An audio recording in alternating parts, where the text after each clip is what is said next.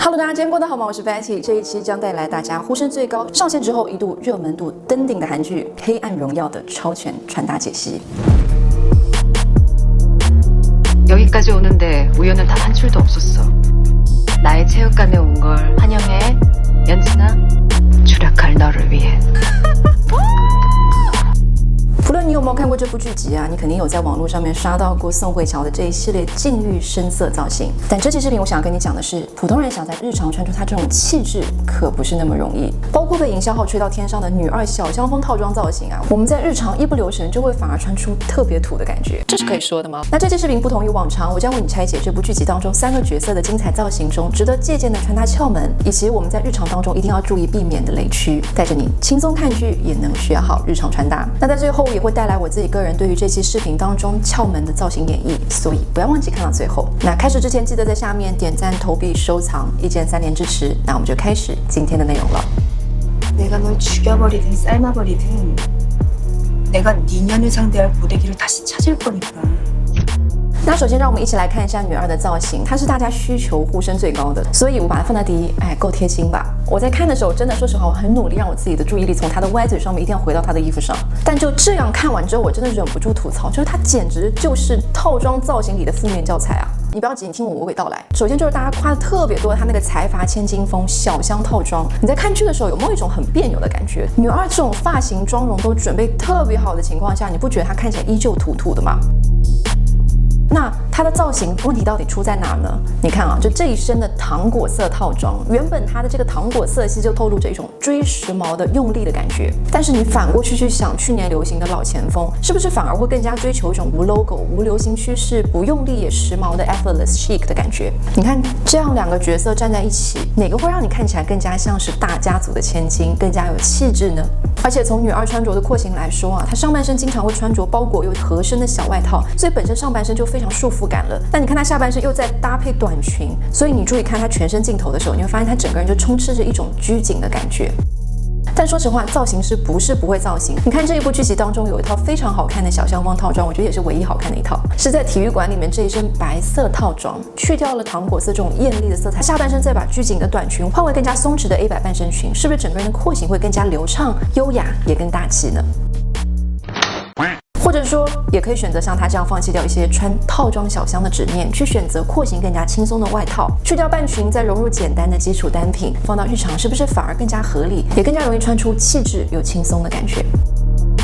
但女儿身上的造型雷区，说实话真的不少。比如说，她很爱穿的这个针织套装，简直就是梨形、苹果型、X 型。我趁我刚刚说的话，只要但凡有点屁股、有点肚子的身材类型，上身说实话都蛮灾难的。针织这个单品，我觉得它的优势就是在于它会非常贴身合身，非常柔软，也就是说它可以很舒适的贴合你的身材线条，没有任何修饰性。这就是重点了，没有任何修饰性。所以说，但凡有任何一个卡住它的，或者说要把它撑开的形态，你会发现这个地方会被针织的膨胀感再次 放大，所以说针织套装包括针织裙，我觉得它真的算是一个扬短避长的雷区单品。那如果说你是被头围有点困扰，觉得头太大，想要显得它小一点，哎，我跟你讲，这个里面有一个坑是你绝对就碰都不要碰的，就是这种伤敌100自损1000，翻倍自己肩宽，让女生变成双开门冰箱的21年流行好物泡泡袖元素。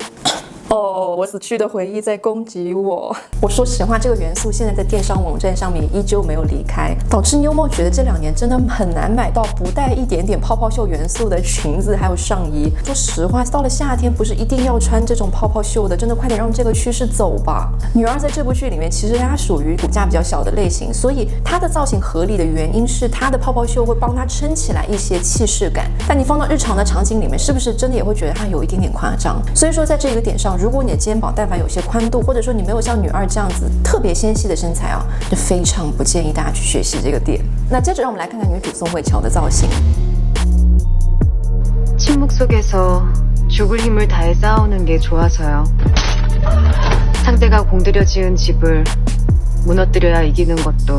剧中她是饰演了被校园霸凌的受害者女主。长大之后的女主总是穿着暗色造型，气场十足。但如果我们照着她剧中的造型一比一去学习的话，你会发现怎么都穿不出她这种干净利落的感觉。你试试在这一系列的造型当中把她的脸挡住，你再把她的身材比例变得相对更大众一些，腿短一点，稍微有一点肉，是不是就感觉这一身造型并不会为我们的日常穿搭大加分，反而一不小心就会穿出教导主任一般低沉的沉闷感？但如果你真的喜欢这种风格日常穿着的时候不妨参考看看，在整体的造型当中融入不同材质的黑色来增加穿搭的层次感。比如说用黑色的裤装搭配带着自然光泽的皮质衬衫，这两种材质的不同光泽感也会让整体的造型看起来更加的丰富。同样我们也可以在身上加入一些金属的耳饰或者项链去提亮整体的造型。你看加上饰品的女主造型是不是看起来会更加有精神了呢？虽然说我刚刚讲了这么一点点的女主穿搭雷区，但是女主的造型当中真的也做对了非常多，而且非常适合给骨架过小平时撑不起衣服的女孩们来做参考。首先你可以看到她在单品的选择上，她的造型大多都是带垫肩的正肩西装，或者是有肩章的风衣。那肩章其实就是风衣在肩膀这部分翻起来这个结构。如果你是有一点溜肩，或者平时肩膀太窄撑不起衣服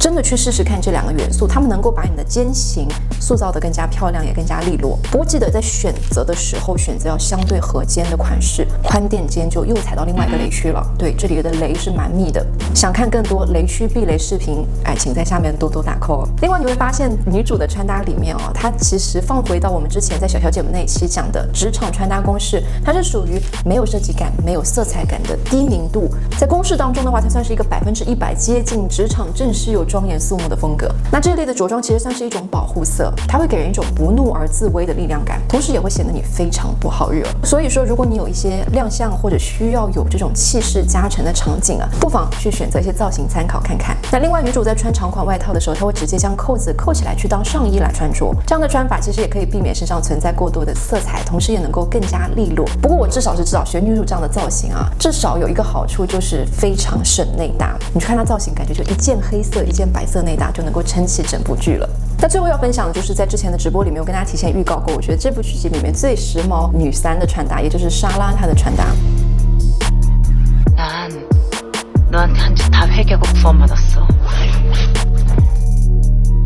比如说，他会利用大丝巾对折之后绑在身上当抹胸穿的这个方式。丝巾这个造型方式能够帮大家在日常穿出这种度假的感觉。那你也可以根据你的不同造型风格选择不同的丝巾花纹。那另外就是他这一季当中的球衣造型。那球衣这个单品其实它自带了运动感、中性的感觉，下半身的背带裤这种工装旧旧的风格又为整体加入了艺术的气息。但你在这一季当中也可以看到非常新 Celine 的风格造型，用短比例的合身西装打造的高挑比例、日常精致的风格。还有就是非常出圈的这一身 Margiela 毛衣拼接纱质元素的单品，还有就是他在天台上面聚会穿的这一身睡衣造型，也算是呼应了我们在今年春夏流行趋势里面提到了这种虚实结合的纱质元素的应用场景。而且你会发现莎拉的穿搭当中有非常多现在的时髦设计品牌的融入，风格会更加多变。所以说，如果你是喜欢这一类 Margiela 新 Celine 的时髦穿搭的女孩子，我觉得真的可以去认真拆看看，学学她的穿搭。那因为我自己比较喜欢莎拉的穿搭啦，所以接下来就到了我们的造型演绎环节。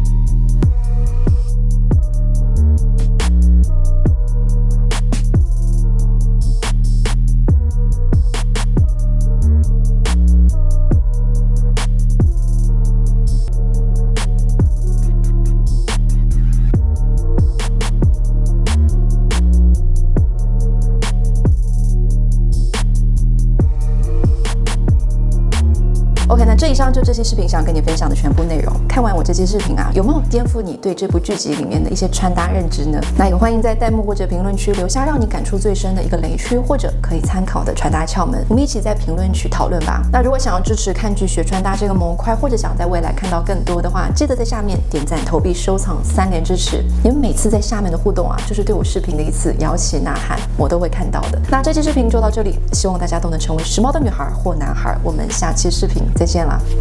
拜拜。